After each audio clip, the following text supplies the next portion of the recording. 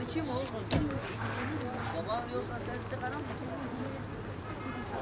Baba Geliyor. Kaçmış olsun. İnşallah iyi olur.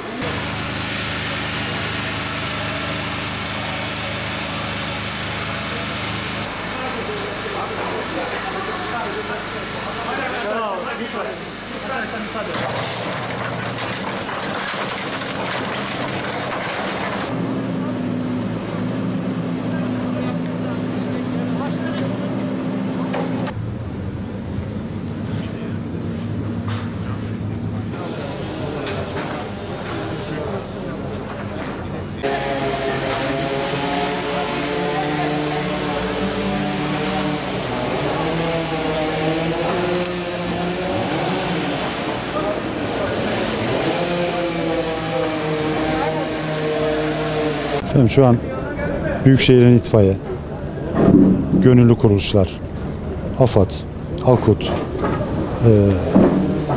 yerel halktan gönüllü olarak işte kalıpçılar, inşaatçılar.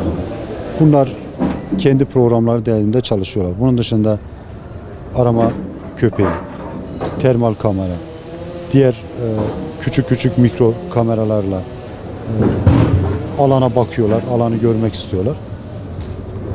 Yaklaşık 24 saate yaklaşıyoruz. Dolayısıyla da henüz kendisine ulaşmadık.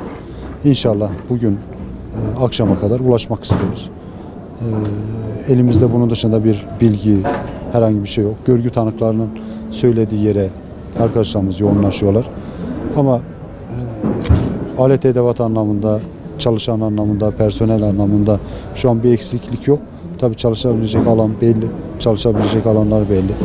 Vakit geçtikçe sinirler de geriliyor, insanlar geriliyor, beklentiler değişiyor. Bu açıdan da biz de arkadaşlarımız da olabildiğince hızlı çalışmaya gayret ediyor. Ayrıca bu zaten ortada bir göçük var. Adli idari işlem ayrıca kendi mecraında devam edecek. Dolayısıyla da şu an ne bunun hani konuşulacak zamanı ne yeri ama bir kişinin bile burnu kanasa bununla ilgili yapılacak işlemler belli. O da kendi mecrasında devam edecek. Küçük kameradan cep telefonuna benzeyen bir şey görmüşler ama cep telefonu olmadığı anlaşılmış.